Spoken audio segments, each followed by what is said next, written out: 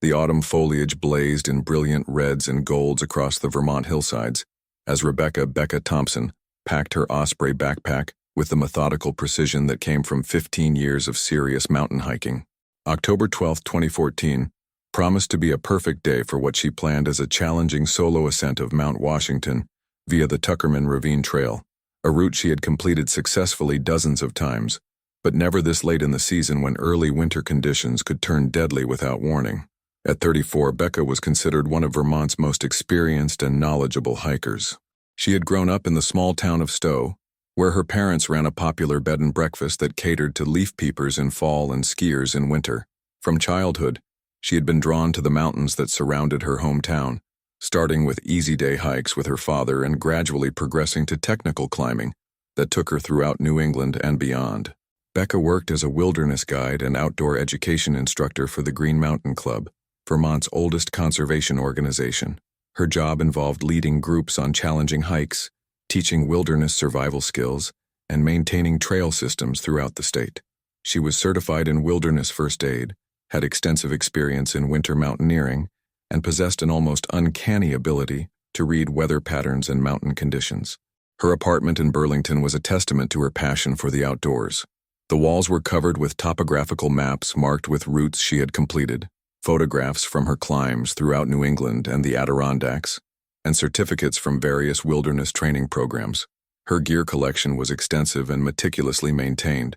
She believed that proper equipment, combined with careful planning and respect for the mountains, was essential for safe wilderness travel. The White Mountains of New Hampshire held a special place in Becca's heart. Mount Washington in particular was a peak she returned to regularly, drawn by its notorious weather, challenging terrain, and the sense of accomplishment that came from successfully navigating one of the most dangerous mountains in North America. With recorded wind speeds exceeding 230 mph and weather that could change from pleasant to life-threatening in minutes, Mount Washington demanded respect from even the most experienced climbers. Becca's plan for October 12th was ambitious but well within her capabilities. She intended to start at the Pinkham Notch Visitor Center before dawn, ascend via Tuckerman Ravine Trail to the summit, and return by the same route before dark. The forecast called for clear conditions in the morning with increasing clouds in the afternoon, typical fall weather that experienced hikers knew could deteriorate rapidly. Her preparation was thorough and professional. She filed a hiking plan with the Appalachian Mountain Club, detailing her intended route, estimated timeline, and emergency procedures. Her pack contained winter-grade clothing, emergency shelter, extra food and water, navigation equipment, and communication devices, including both a cell phone and a satellite communicator for areas beyond cell coverage. Becca's hiking boots were custom-fitted Scarpa Mont Blancs that she had owned for 3 years. The boots were broken in perfectly and had carried her safely through countless miles of challenging terrain. She had painted her initials, RT, in small white letters on the heel of each boot, a practical measure that helped with identification in group settings and a personal touch that reflected her attention to detail. At 4:30 a.m. on that crisp October morning, Becca arrived at the Pinkham Notch Visitor Center to find the parking area nearly empty. The early hour and late season meant that most casual hikers were still in bed, but Becca preferred it this way. The mountains were quieter, more pristine, and she could move at her own pace without worrying about slower groups on the trail. She completed her final gear check under the harsh fluorescent lights of the visitor center, methodically going through her pack to ensure she had everything needed for a safe ascent and descent. The staff member on duty, a young man named Tom Martinez who worked seasonal jobs for the AMC, remembered her from previous visits and chatted briefly about trail conditions and weather forecasts. Tom later recalled that Becca seemed in excellent spirits that morning, excited about the hike but respectful of the mountain's dangers. She mentioned that she was particularly looking forward to seeing the fall colors from the summit and planned to take photographs for an article she was writing for Backpacker magazine about late-season hiking in New England. Becca began her hike at 5:15 a.m., starting up the Tuckerman Ravine Trail under a star-filled sky that promised clear weather for the early part of the day. The trail started gently through mixed forest, but Becca knew that the difficulty would increase dramatically as she gained elevation and approached the ravine itself. The first section of the hike proceeded normally, with Becca making good time on familiar terrain. She passed several other early starting hikers, exchanging the traditional greetings and brief conversations about conditions ahead. Everyone she encountered later described her as appearing confident, well-prepared, and in good spirits.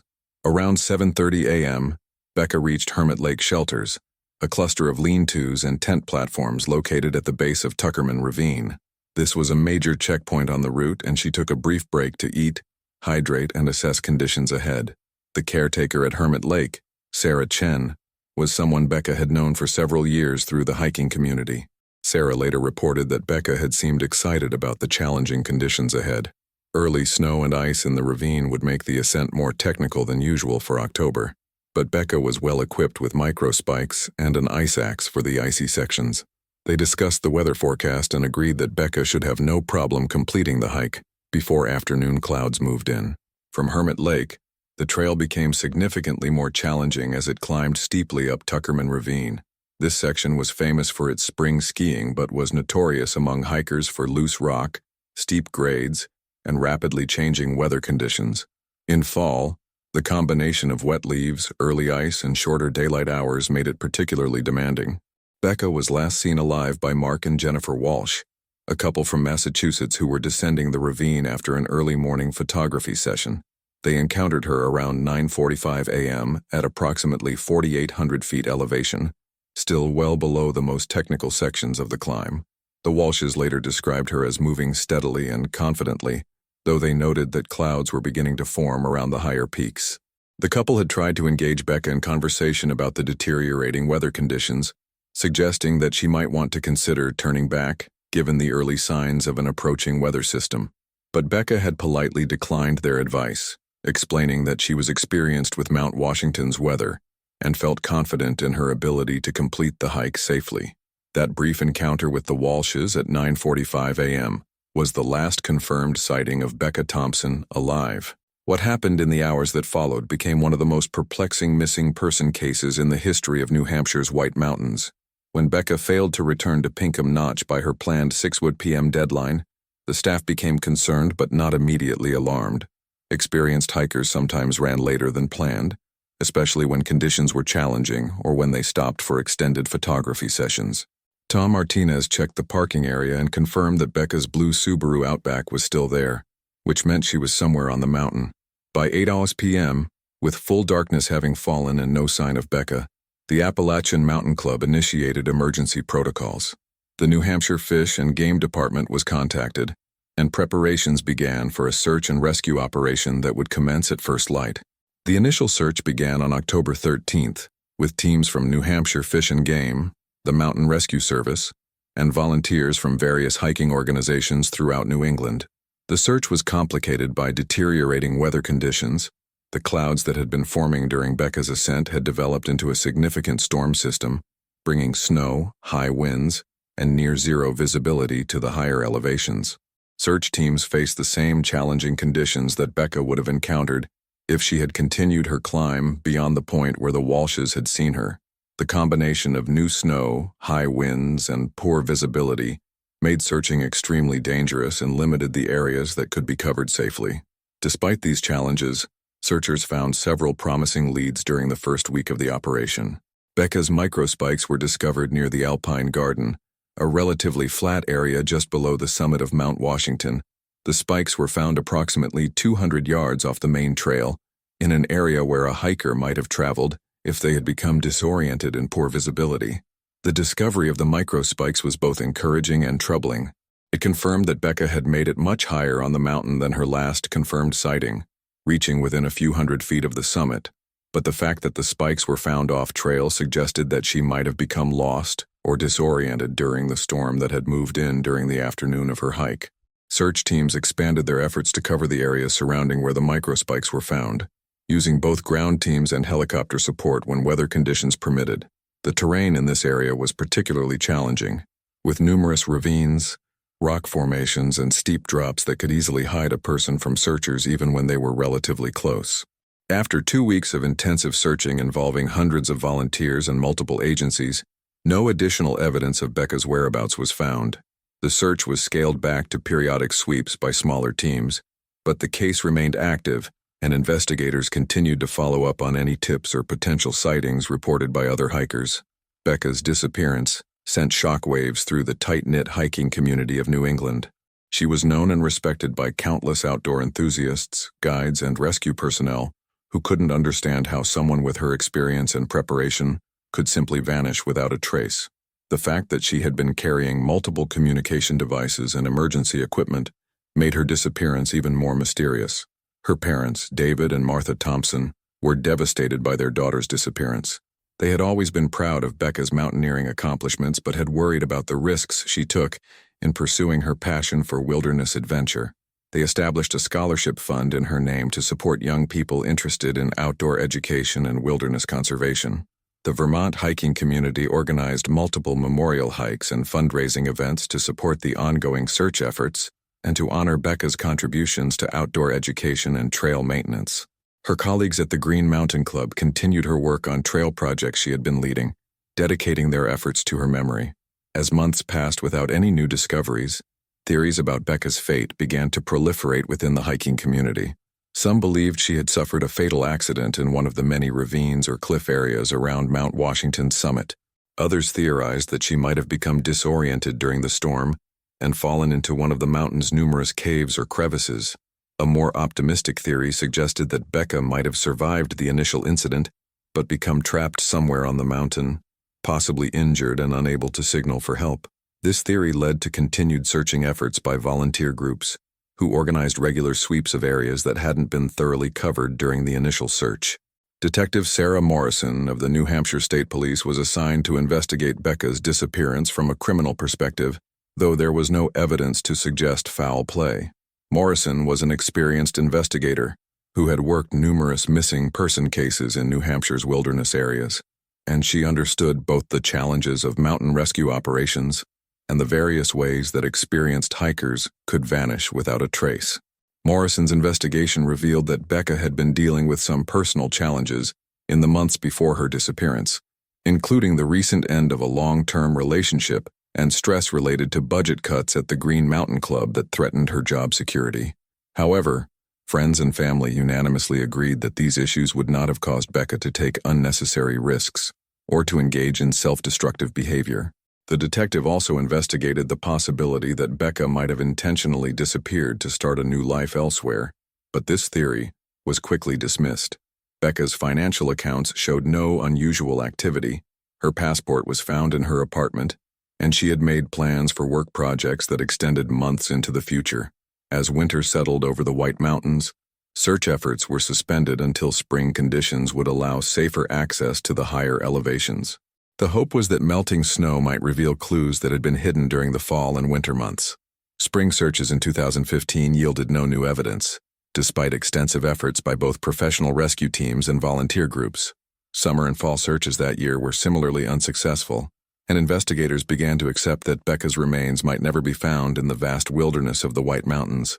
Years passed with periodic search efforts and occasional false alarms when hikers reported finding gear or remains that turned out to be unrelated to Becca's case. Her disappearance became part of the lore of Mount Washington, joining the stories of other hikers who had vanished in the mountain's challenging terrain and unpredictable weather. The case remained officially open, but active investigation was limited to following up on tips from hikers and climbers who thought they might have found relevant evidence. Detective Morrison retired in 2018, but she maintained an interest in the case and stayed in contact with Becca's family and the search community. In October 2023, nearly 9 years after Becca's disappearance, ice climber Jake Harrison was exploring a remote section of Tuckerman Ravine when he made a discovery that would reopen the case and challenge everything investigators thought they knew about what had happened to the missing hiker. Harrison was an experienced alpinist from New Hampshire who specialized in climbing the ice formations that developed in the ravines and gullies of Mount Washington during winter months. He was scouting potential climbing routes for the upcoming ice season when he noticed something unusual in a narrow crevice that was typically hidden by snow and ice during the climbing season. The crevice was located in an area called the Lobster Claw, a rock formation in Tuckerman Ravine that was well known to technical climbers but rarely visited by casual hikers. The narrow opening between two large boulders was easily missed unless someone was specifically looking for it, and it was positioned in such a way that it would be invisible to searchers scanning the area from above. What Harrison found inside the crevice were Becca's distinctive Scarpa Mont Blanc boots, still laced and positioned, as if someone had been wearing them when they became wedged in the narrow space. The boots were perfectly preserved by the cold temperatures and dry conditions inside the rock formation, and the white initials RT were clearly visible on the heels. Harrison immediately contacted New Hampshire Fish and Game, and within hours, a team of investigators and rescue personnel were on scene to examine the discovery. The location of the boots raised immediate questions about the search efforts that had been conducted in 2014 and 2015, as the area had supposedly been covered by search teams during the initial operation. Detective Emily Rodriguez, who had taken over missing person cases from the retired Detective Morrison, led the renewed investigation. Rodriguez was a seasoned investigator with extensive experience in wilderness crime scenes, and she immediately recognized that the discovery of the boots in such a specific location suggested a more complex scenario than a simple hiking accident.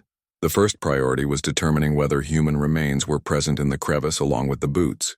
A careful excavation of the narrow space revealed no bones or other physical evidence of Becca's body, which was puzzling, given that the boots appeared to have been in place for many years. Forensic analysis of the boots confirmed that they had indeed belonged to Becca Thompson. DNA analysis of material found inside the boots matched samples provided by her family, and the wear patterns on the soles were consistent with Becca's gait and hiking style, as documented in photographs taken during her previous climbs. More intriguingly, the boots showed signs of having been deliberately placed in the crevice rather than ending up there as a result of a fall or accident. The laces were still tightly tied and the boots were positioned upright and parallel to each other, as if someone had carefully wedged them into the narrow space. Detective Rodriguez expanded the investigation to include a thorough re-examination of the original search efforts and all evidence collected during the 2014-2015 period. What she discovered raised troubling questions about how thoroughly the initial search had been conducted and whether crucial evidence had been overlooked or deliberately concealed.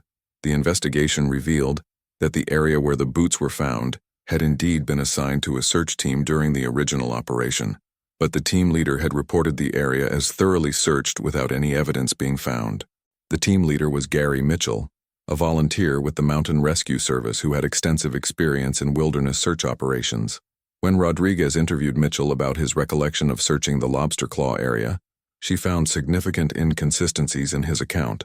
Mitchell claimed to have no memory of the specific area, despite detailed search logs that showed he had spent several hours in that vicinity during the original operation.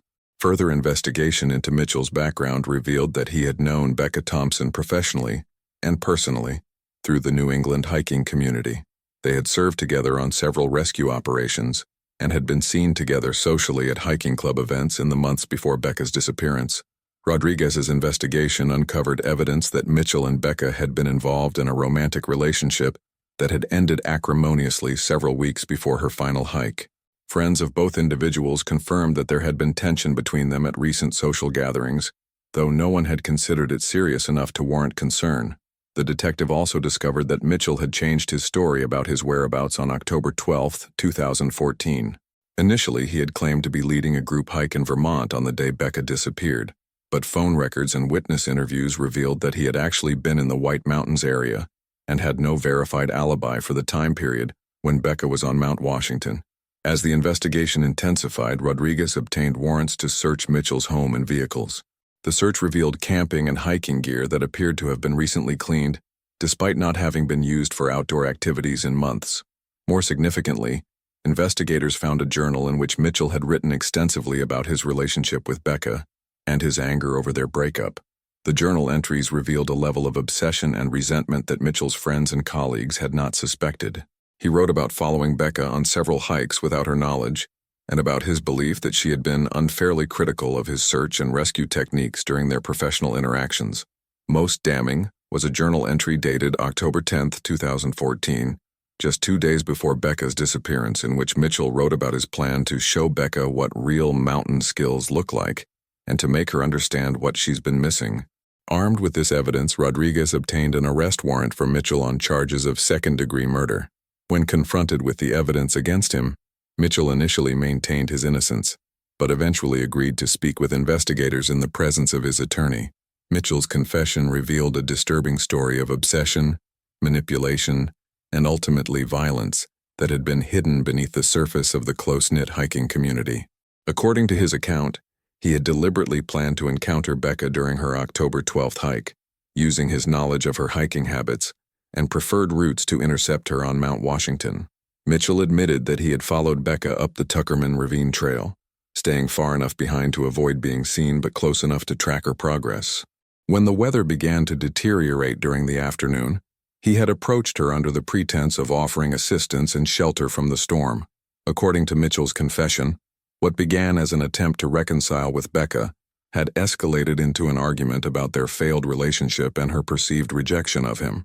The argument had become physical when Becca attempted to leave, and Mitchell had pushed her during the struggle. Mitchell claimed that Becca's death had been accidental, resulting from a fall that occurred during their physical altercation. However, he admitted to moving her body to a location where it was unlikely to be found and to deliberately placing her boots in the lobster claw crevice as a way of misdirecting any search efforts.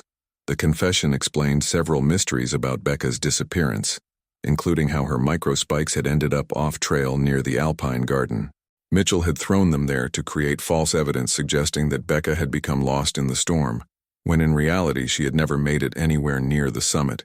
Mitchell also admitted to participating in the search operation while knowing that Becca was dead, and knowing where her body was located. He had volunteered for the search team assigned to the Lobster Claw area specifically to ensure that the boots would not be discovered during the initial investigation. The location of Becca's actual remains was revealed during Mitchell's confession. He had hidden her body in a cave system located several miles from where the boots were found, in an area that had not been included in the original search perimeter. Recovery teams were able to locate and retrieve the remains, finally providing closure for Becca's family after nearly 9 years of uncertainty. The discovery of Becca's boots and the subsequent investigation sent shockwaves through the New England hiking and search and rescue communities.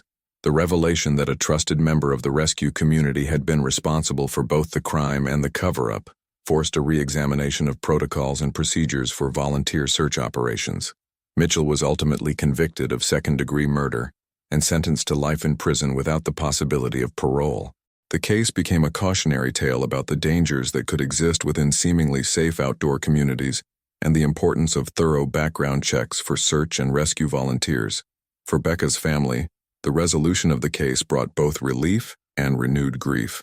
They finally had answers about what had happened to their daughter, but those answers revealed a betrayal by someone they had trusted to help find her. The family used the closure to advocate for improved safety protocols for solo hikers and better screening procedures for search and rescue volunteers. The hiking community struggled to come to terms with the revelation that one of their own had been responsible for Becca's death and the subsequent deception. Many organizations implemented new policies requiring multiple volunteers to work together during search operations, reducing the likelihood that evidence could be concealed by individual team members. Jake Harrison, the ice climber who had discovered the boots, became an advocate for more thorough search techniques and the use of technology to ensure that all areas were properly covered during rescue operations.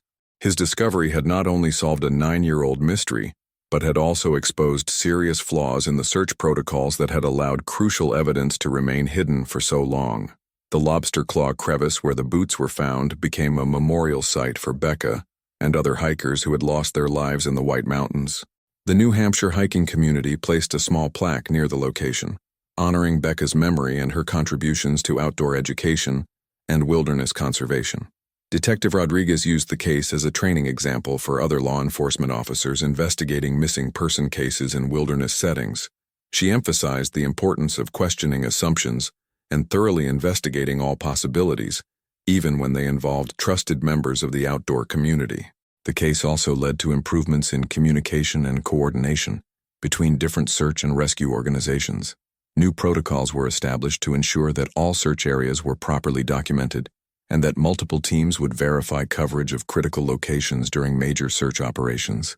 For the broader hiking community, Becca's story served as a reminder of both the beauty and the dangers of wilderness recreation. Her passion for the mountains and her expertise as an outdoor educator continued to inspire new generations of hikers, even as her tragic death highlighted the need for improved safety measures and awareness. The boots that had been frozen in a crevice for nearly a decade became powerful symbols of perseverance and justice. Their discovery had not only solved a mysterious disappearance but had also revealed the importance of never giving up the search for truth. even when that truth was hidden in the most unlikely places. Becca Thompson's legacy lived on through the scholarship fund established in her name, which continued to support young people interested in outdoor education and wilderness conservation. Her story was also preserved in a book written by Detective Rodriguez, who detailed the investigation and its implications for wilderness safety and search operations. The White Mountains continued to attract hikers and climbers from around the world, drawn by the same challenging terrain and unpredictable weather that had fascinated Becca throughout her life. But her disappearance and the subsequent investigation had changed how people thought about safety in the wilderness, and the importance of understanding that dangers could come not just from the mountains themselves, but from the people who shared those wild spaces. The woman from Vermont who had vanished during what should have been a routine hike had become more than just a missing person case.